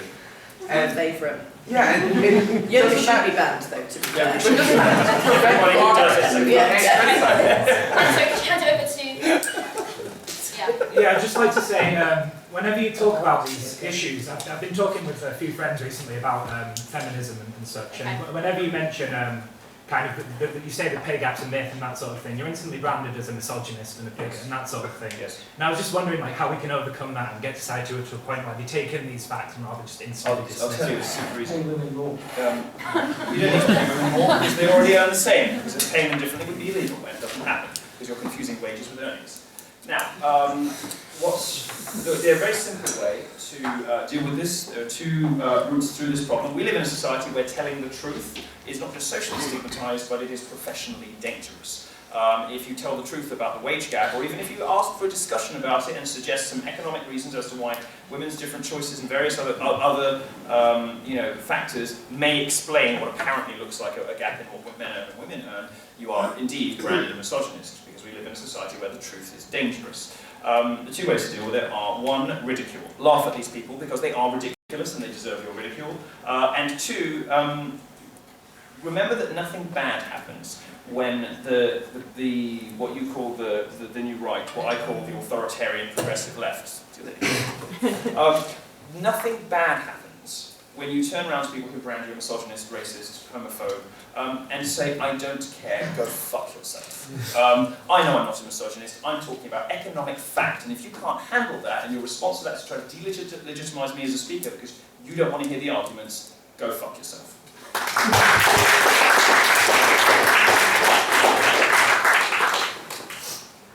Milo's wrong about equal pay. It's the most boring topic on this earth. It's not economics, it's interesting. It's actually really dull. Because I'm a For man, me, that's this is what so it is. dull. Yeah, maybe. But if women are paid, Just to- if women are paid less for the same amount of work as men are, why are our companies full of women? Because they're doing the same work for less pay. You know, the thing That's is that never been addressed. because I find this so arse-clenchingly boring, Oh, come on, I will just say, Ask the just question. have a look. The Fawcett Society has to be one of the most boring feminist organisations on this earth. But the one thing that they do that might be helpful is that they break down earnings, etc., wages, salaries. They look at the difference between those. Have a look on that. But actually, I would say, and I would never say this is a political argument, and I would never advocate this really happening, that if I was going to run a company or a charity, I would only employ lesbians over the age of 70 who are too old to adopt or have children. Because I've seen fights that would break out would be horrific. Yeah, you guys kick the shit out of each I other. mean, it might not be that productive. The lesbian domestic violence epidemic, 1 in 4 lesbians in their lifetime is either going to hit or be hit. You guys would kick the shit out of each other. The lawsuits would be insane. The point I'm making is this. I can have a view on the fact that I am absolutely sick to my back teeth of seeing women's charities that are doing really good work on a shoestring, where some privileged middle-class woman decides to go in there and have baby after baby for her lifestyle choice, which is a selfish, narcissistic choice that she's making, unless she's had it forced upon her, and uses the women's charity to pay her for 2 lots of maternity leave, and the maternity yoga, and all this shit. Now, I could never argue against maternity pay, because it would be working class and disadvantaged women who would suffer, not the middle class privileged ones who do cream off these organisations. They don't go into private companies to do it, they go to women's charities because they know they're going to get it right. There are things about feminism that I do not think, right, have been progressive in the correct way. The thing that I think about feminism is that we have put violence against women and girls on the map, and we are saying it's real. You cannot lie anymore about the fact that we are raped, that we are sexually harassed and sexually assaulted, that we suffer domestic violence way disproportionately to the men, or there be as many dead men as a result of domestic violence caused by women. So there are things that we can say that we've really progressed with.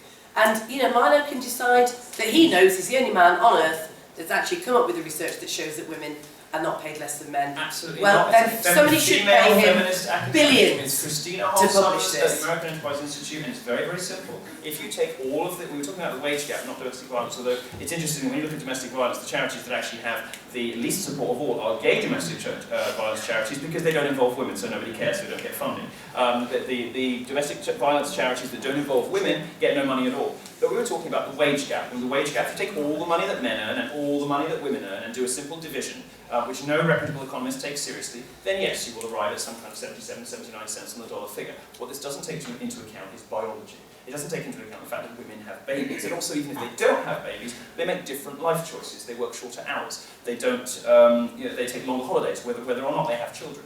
When you factor in the different choices that women make, including their educational choices, you discover that the pay gap narrows to 1% or 2. And if you still think that's unfair, then you should consider the fact that men pay so disproportionately into the tax system and don't take money out because they don't have kids and because they die sooner, that the wage gap narrows to 0. It is a lie. Men don't have kids. It is a feminist. It is a feminist. Men don't have kids. It is a feminist myth that will not die. And Sorry, comment from the back. I see you're desperate to. Fatherhood's a myth. Men don't have kids. Men don't take 9 I months know off to exactly have what you children. meant, but you actually really do mean that. The kids are not the men's, they're the women's, aren't they? Sorry. Response from the back. Sorry. This is mostly directed at Milo. I just wanted to ask why you think it's acceptable to make rape jokes when you said that comedy should be used to mock the establishment and the powerful. These women being raped are not the establishment or the powerful at all. Sure, I understand completely. And very often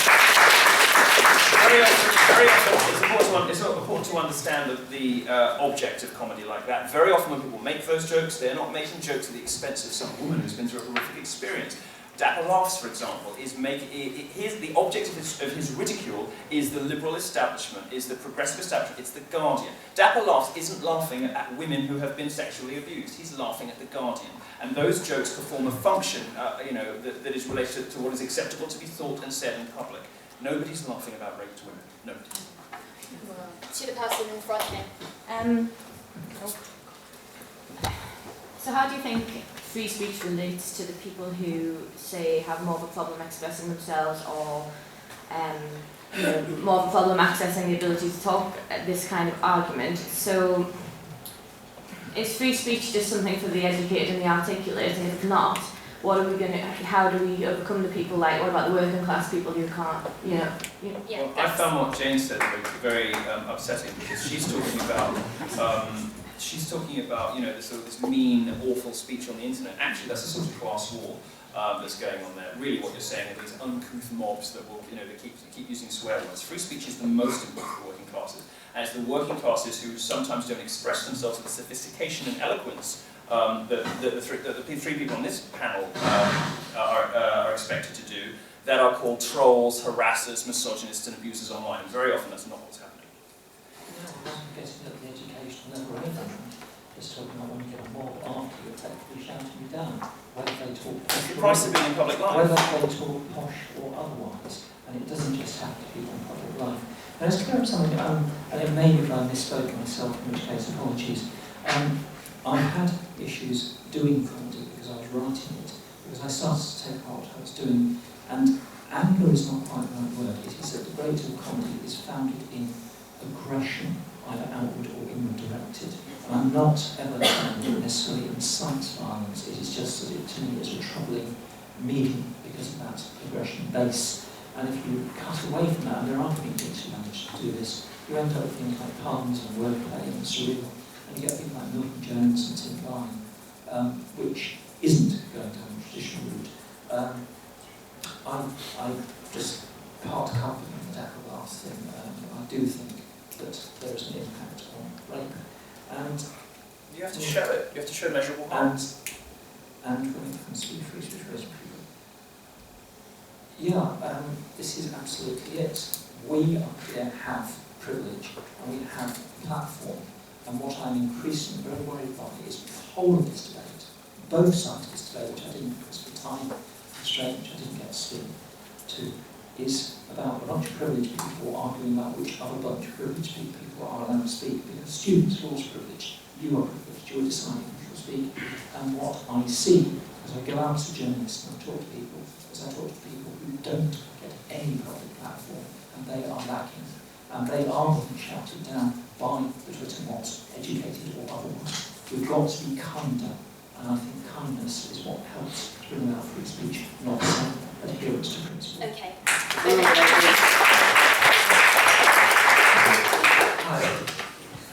I think that to draw a parallel between feminism and censorship, one must not look any further than Gregory Allen Elliott in Canada, and how people like Steph Guthrie, who parrots the feminism that comes from your 60s and 70s academia, Yes. are the same. Not mine. Okay, Well, you think No, the wrong way Your there. generation created these guys. Your generation is the one that's No, now sorry, we'll address that in a minute. Your generation is the one. Absolutely your not. Sorry. generation is the academia. I am never going to have my feminism described. Sorry, as I academic listen to You all this. Sorry. created these The guys. same They are time- your children. You created Oh, these my guys. God, please. No, The same terminology Sorry.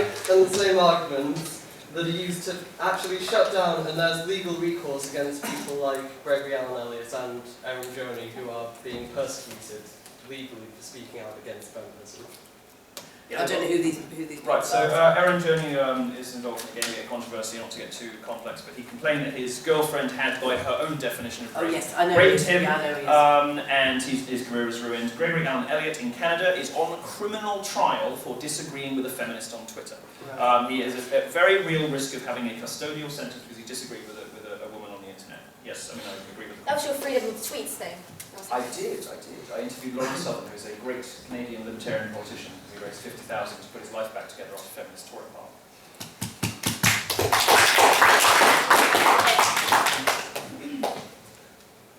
Do you not think that the vilification and censorship of free speech inevitably leads to thought control of it?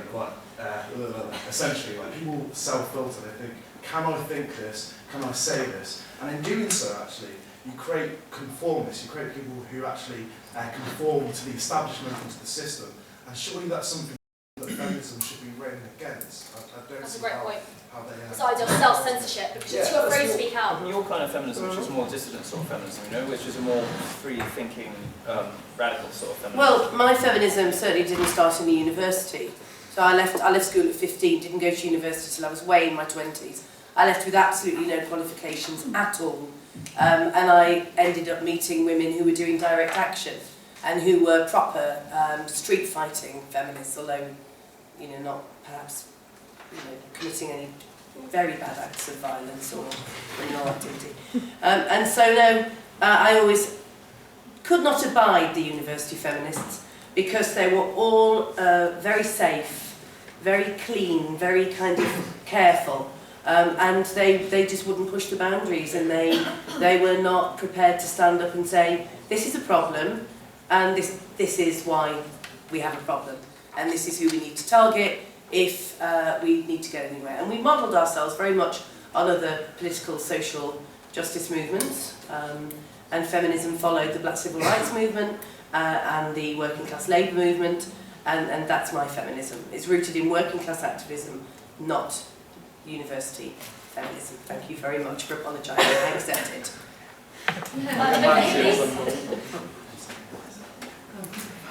I just had a question for Milo about, you talked about women's privilege and the fact that gay charities weren't being recognised. And I wondered what you thought about George Osborne's recent announcement that tampon tax is going to pay for women's charities. So women are now, as part of their privilege, having to pay for their own charities as part of something that's a result of their biological...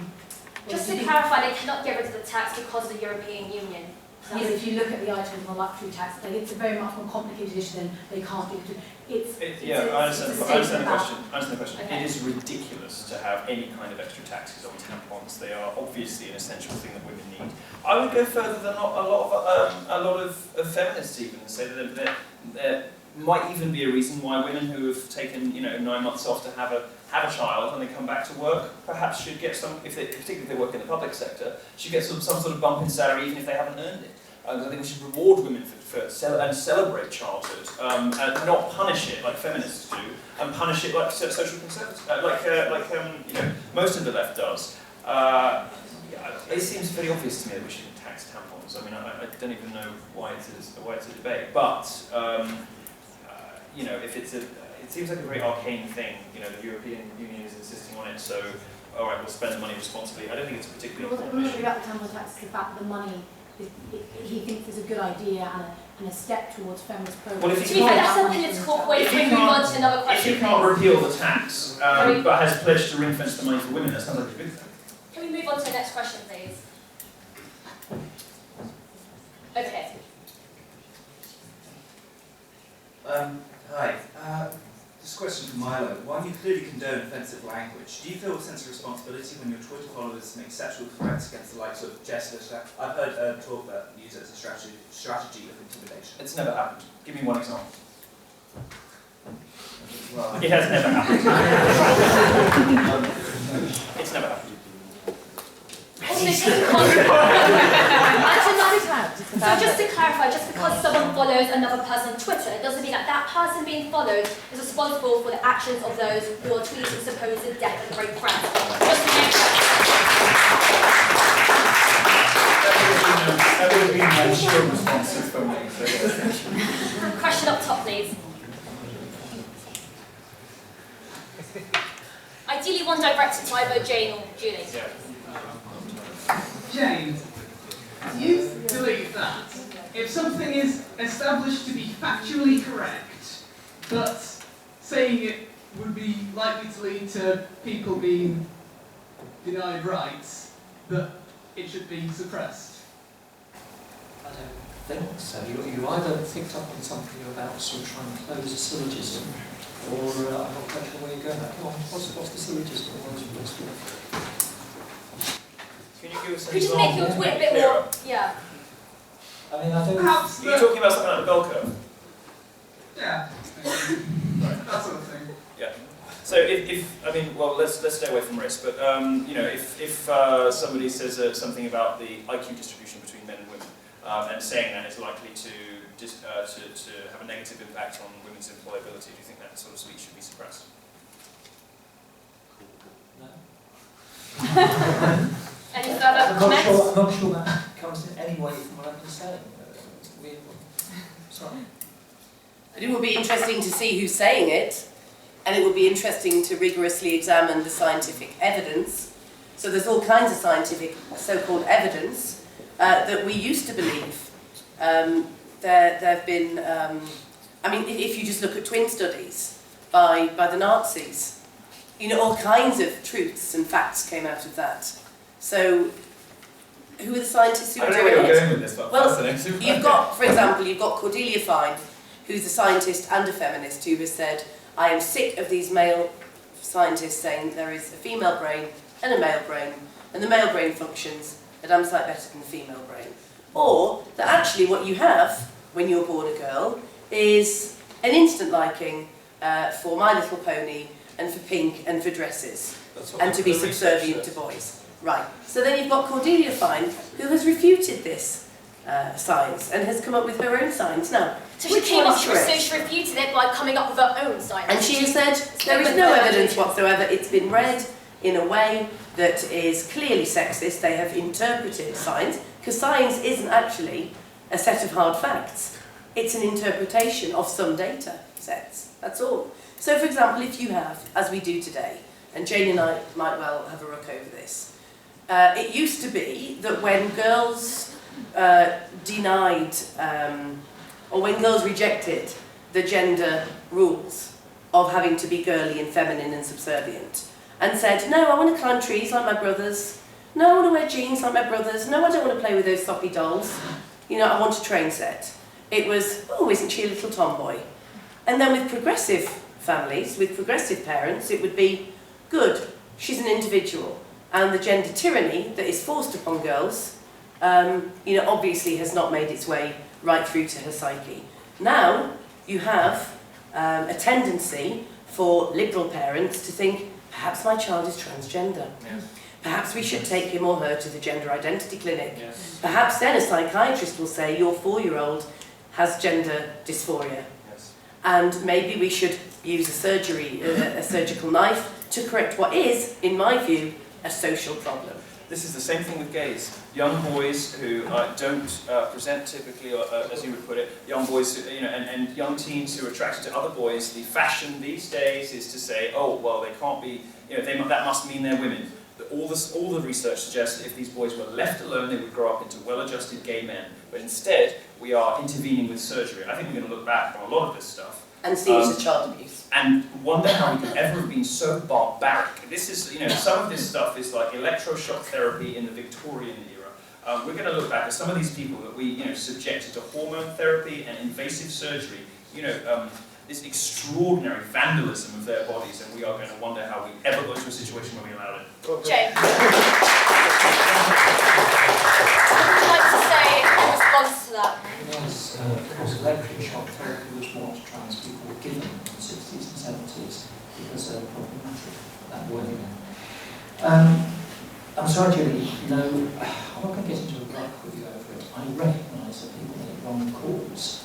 I recognise that sometimes your tendency is to go with what is perhaps the flow, but you need to look at numbers. The number of children who are referred in this way is vanishingly small. The number of children who cannot get access to any sort of gender services when they need it. And this is about subjecting them to the knife and so on. You can't undergo gender reassignment surgery till you're 18 in this country. So I'm not quite sure who is being put under the knife. But people are put on hormones. I mean, it's happened as young as 5, 6. It happens it's happened in Canada at the age of 5. In Denmark at the age of 2. Denmark at the age of 2. People are put on hormones that deform their sexual development because wacky parents following ludicrous fashionable theories about gender identity, instead of recognising that their kid might be gay, put their kid on the equivalent of powerful psychotropic drugs, hormones, everything. Can you finish your point? And religious people send people away to be re-educated and then they come back and kill themselves. Yes, there are wacky parents everywhere. 8-year-old girls put on hormones because they start their periods too early, and it's either inconvenient or it's actually socially problematic for them. It'd be worth having, Julie, bring me some figures and I'll look, but my understanding and my experience of gender services in this country today was the exact opposite of what I was saying, that you actually have to work very, very hard. I'm talking about the UK, I don't know what wacky people in some part of the world I don't particularly know about have been doing. I'm talking about the UK today. It is not impossible to get the sort of situation we're talking about.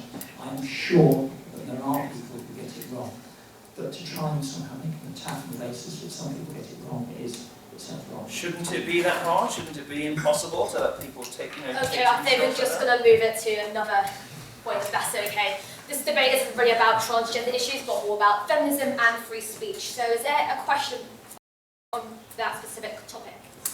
Anyone? Some haven't taken you yet. A couple of you have mentioned pornography, and considering we talk about feminism and censorship, should pornography be censored? The three of you? Well, if I may begin to answer that, because the feminists of my type, are always accused of being censorious and saying that we should ban everything. And I've never ever advocated, neither of any of my feminist colleagues advocated banning anything. So no, pornography should not be censored. What should be happening is that the porn industry should be viewed as a grotesque multi-billion-dollar capitalist industry that churns people out, leaves them very damaged, that denies them their rights, and that causes great harm to the people in pornography. And we should be recognising that viewing pornography means that you are actually viewing prostitution with a camera, and if we recognise that there is a certain demographic of women and men who end up in the sex trade, and they are not the most privileged, they are the opposite of the most privileged, then we might start looking at the porn industry as a route for those with the least choice, or in fact with no choices left, rather than a great happy choice. And in fact earlier this year I was at the LA Porn Awards. I wasn't nominated for anything. I was there as a journalist, and I met lots of porn actors, lots of porn producers, lots of porn directors, and they all in their own way told the same story. It's a pretty grotesque industry. So we need to be giving people the right within that industry to take out a case against those that have caused them harm. I think we do need to be talking to men about their obsessive use of pornography as a substitute even for wanking, never mind just for having sex. And we can't deny that there is more and more and more increasingly sadistic porn. Now, just actually having this conversation doesn't mean that I'm advocating banning, and I would never trust a government to do it, because they wouldn't actually censor the things that we as social progressives would see as problematic.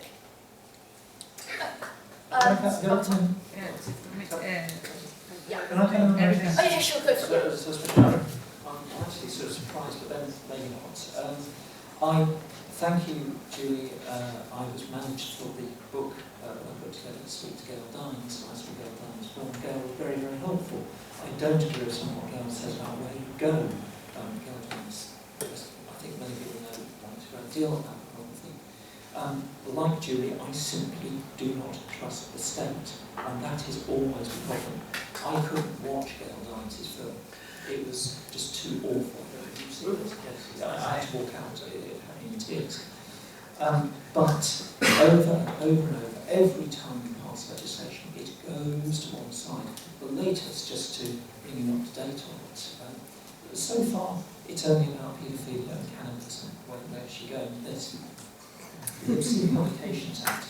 I would ask people if they think they know what a publication is. A publication is probably a book, it's probably a pamphlet, it might be a blog that you put on the web, but therefore there is some thing there about if you publish something that tends to degrade and corrupt, then maybe you can be held responsible for it. But in a precedent case 3 years ago, it was held that a conversation you have with somebody else on the web is a publication. You talk to one person in chat, the text of your conversation is a publication. Now, the subject of that conversation was paedophilia, and in terms of the person, I detest that person. I actually interviewed them, and they were vile. I don't know if they can sue me for saying that, they're doing time for somebody. But the conversation had no merit whatsoever, but the Obscene Publications Act allowed this conversation. And a year or so later, somebody discussing cannibalism, which the police said was actually a plot to kill and eat somebody, as also rated. It doesn't take a long or much extension for the state to now know that conversations can be obscene, and conversations can be regulated in that way, that anything that you say in text, in chat, on the internet becomes subject to state control. Okay, so on the top, please. Thanks. Thank you. To Julie, I wanted to ask you, you were talking about pornography, and again, what's so wrong about it? Why do you think a person selling their own, and the same goes to prostitution, their own body, which is in itself the first property that they have, is so bad? See that fella there? Where, yeah, you. Go and suck his dick. Maybe later.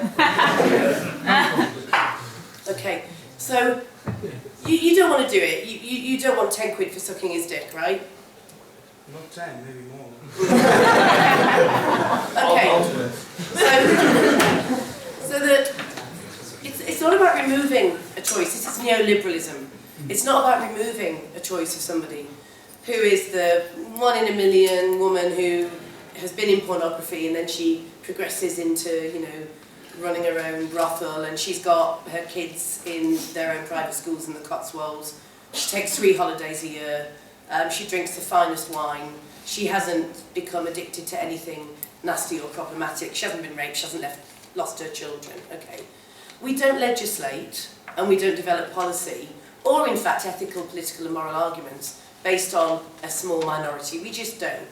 So it's not me telling somebody that they can't be in pornography, that they can't be in prostitution, because those people who I've just described with the Cotswolds thing, we're not going to hear from them. They're not going to end up dead in a ditch. They're not going to end up with their anus torn out and having to be in A&E.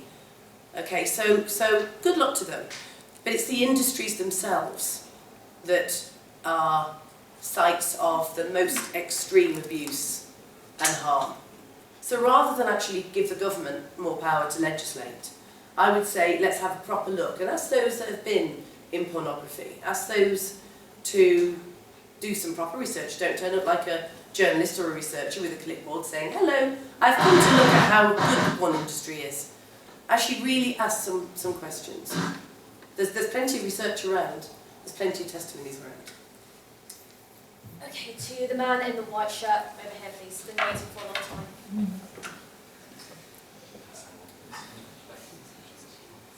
Hi. Given that certain movements have been demonised and discredited by being anti-feminist in nature, how can we say that feminism doesn't really have a problem with free speech? Could you repeat that question? I'm sorry. I was being distracted by Julie, who was saying you'd do it without the tenor, wouldn't you? I said you would. Keep your fucking money. I think you've scored. That was great reading. Could you repeat the question? I'm so sorry.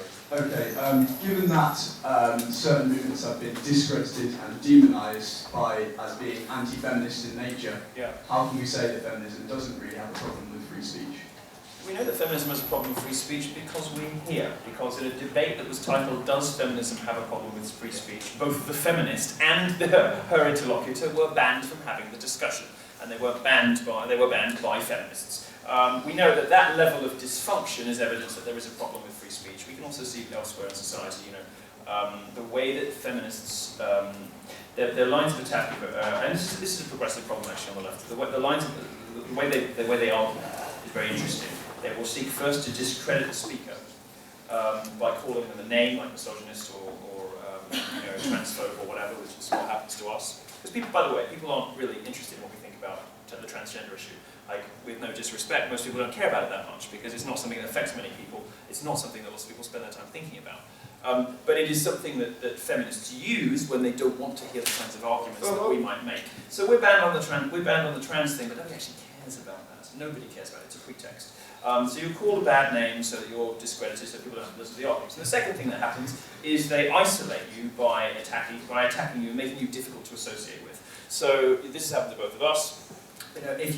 For example, if you are published by a particular newspaper, that newspaper will get hate mail, that newspaper will get letters. All of these things are marks of authoritarianism. All of these things are marks of a terror, blind panic and fear about what we might say. And this has happened at university after university after university. You've heard tonight from a women's rights campaigner, a woman who has fought for women, and we don't agree with everything. I don't agree with her on the brain thing. I think there's plenty of biological basis for male and female brains, all the rest of it. We'll do that another day.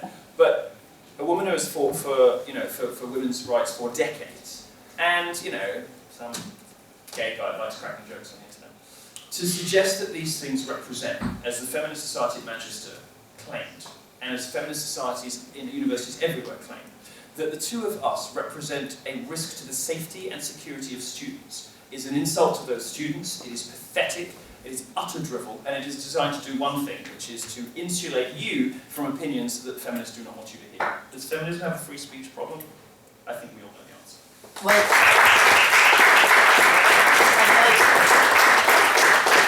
as I said earlier, these women are not the feminists that I recognise. And it's all well and good saying you can't decide who's a feminist or not. If it's somebody who has anti-feminist principles and politics, yes, you can say Margaret Thatcher was not a feminist. Yes, you can say this bell end in the society and some of the men in the femisops are not feminists because they don't believe in justice for women and equality. And the problem is that it's feminists, it's radical feminists that are being censored. It's not feminism that's doing the censoring, it's those bell ends that are censoring the proper feminists. Milo's only riding on my gravy train, let me tell you this, right? He didn't get censored. I had to work really hard for that. Right? I had to get him banned. Because what I was actually saying on the social media and in newspaper articles was, if this isn't an anti-radical feminist witch hunt against me and feminists like me, why wasn't Milo, who said much more offensive things than me about the trans issue, why wasn't he banned? I can actually answer that for you. It's hypocrisy. It's hypocrisy. So that's the problem. Feminists are being censored, right? And the bell ends that are doing it are the identitarians, and they are not feminists that I recognise. Three different views, because Julie is saying this is feminism being censored, Milo is saying that feminists are being censored. I'm saying it's some on both sides. Some people who are feminists are very happy to censor both the new and the old feminists, and some people who are censored are feminists, but others are not. In the last 12 months, I had my little spat, as I say, with Feminism in London, and not a problem with that organisation at all. They were absolutely brilliant throughout, and I got support from Julie and Caroline Curley-Pears when I got into trouble there because of my alleged views on porn. I also had a little spat with a conference on porn and and sexuality. The porn industry didn't want me there. So there you have it. Feminists don't want me, or some feminists don't want me. The porn industry doesn't want me. Okay, I'm going to take... We want you. We want you. Julie has just drawn my attention to the fact that it is now official NUS policy not to share a platform with Jermaine Greer, Julie Bindel, or Milo Yiannopoulos. He's made it. I made it!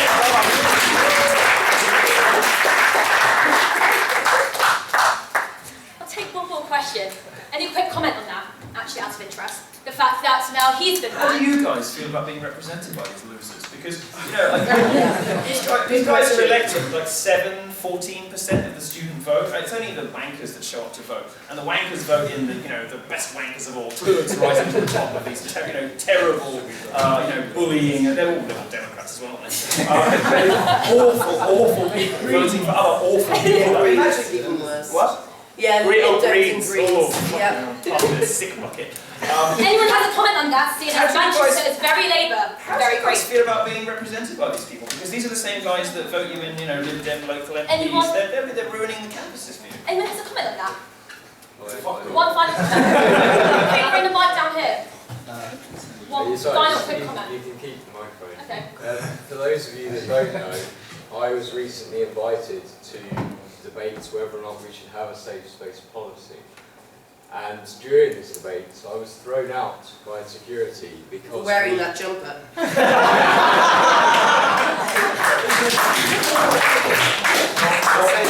No sense of humour. Check you out. I believe we were thrown out because we started to basically put down some good points about...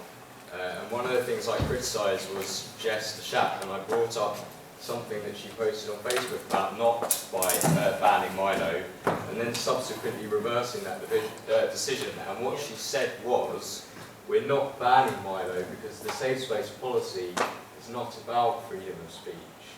And when I brought this up, I was thrown out because they didn't like that. That video is on YouTube, by the way. This is the behaviour. This is the behaviour. That's because you violated the procedure 3 times. Well, I mean, that's what they'll tell you, but I personally don't buy it. Okay. Let me tell you something about the procedure. Let me tell you something about the procedure. Very often. Let me respond to that. Very often, in these over-regulated university environments, the process is the punishment. These rules, all of these ridiculous sort of box-ticking exercises, whether it's the fact that we didn't fill a form out, I'm so sorry, like 6 weeks in advance, now my event tomorrow is cancelled. Whether why? Like I do now. Like I do now. Okay, sorry. Leo. Milo, can we let? Sorry. Leo, you're the head of the Free Speech Society. Would you like to have the final word on this Q&A session? Just a very quick thing. One thing that has been said before, it wasn't the Feminist Society who intervened in the censorship, it was the Student Union itself. Another thing on what he said, the Free Speech and Secular Society is, as stated in the motion, to find a reasonable compromise on external speaker and safe space policy. It's something that I think all parts can accept, that can get past the Senate and then can win the referendum. So please lobby the members of the Senate that you know to pass this motion, which is very important. It would be a first in British universities. So please, there is something we can do. There is a compromise we can reach. We can expand the boundaries of free speech just a little bit, and we can win this battle and be all happier together. Okay, thank you very much. Thank you, Rita, for the great work you've done. You've been really, really brave. This round of applause for Rita.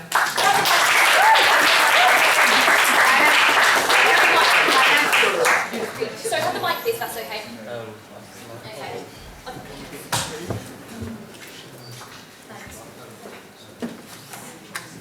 Unfortunately, the session must come to an end. Only it could go on for much longer. But before I end this, on behalf of the Manchester Free Speech Association, I would like to thank our audience for attending and being on the whole respectful to our guests. And also everyone in the society for their continued support throughout the whole semester. It has been a great honour to host Milo, Julie and Jane here. It's been a privilege to do so. We are very grateful for your time and appreciate how these individuals all of whom have experienced censorship in some form, are still willing to speak out, despite the backlash and unsavoury attitudes of certain individuals who shall go nameless, but we all know who they are. You and many others are still welcome at the university. I know the case of you is a bit dodgy, but you are still welcome to speak at this event, despite the draconian safe space policy of the Students' Union, which is independent from the institution, which I must clarify now. Now the university, especially the events team and security, had to go through a lot of procedures and regulations just to have this open and intellectual discussion, and just to ensure the safety of our speakers and that the event ran smoothly. Now, unlike other universities, they are committed to the principle of freedom of expression and exchange of ideas, free from judgment, generally speaking. Because without their backing, we would not be here right now. Those in the audience are lucky to have been given the opportunity to attend this event. The sad reality is that many students are denied that due to student unions all over the country incessantly and inappropriately no platforming individuals such as these three. Now, a simple look at history has shown that many people have been oppressed, ostracised, or even killed for their views. More than ever, such antagonistic attitudes that Julie was referring to earlier are evident in today's universities, and part of the blame must be apportioned to those who ardently support their own political ideologies and try to ruthlessly impose them onto the whole student body, and yet judge those who have different convictions. It is okay to disagree. Certain people on campus try to control the debates in a biased manner and censor anything they do not agree with, effectively enforcing a culture of silence. This leaves others who have views contrary to the norm being sidelined and fearful of speaking up. It is extremely patronising for certain individuals to assume that you are incapable of thinking for yourself. Individual thought is currently being suppressed, as certain ideologies are immune to criticism. It results in critical thinking being stifled, which is what you would not normally expect in an academic institution. This kind of behaviour is becoming more and more acceptable throughout the whole of the education system. It is to the extent that individuals are hiding behind a defence of offence. People seem to think that if something is offensive, by whatever arbitrary definition they are using, it cannot be said. This needs to stop. I hope that this panel discussion serves as a precedent for future debates at other universities, but one can only hope. Because if one dares to deviate from believing the things that are currently the norm, they are belittled, vilified, and treated as an outcast.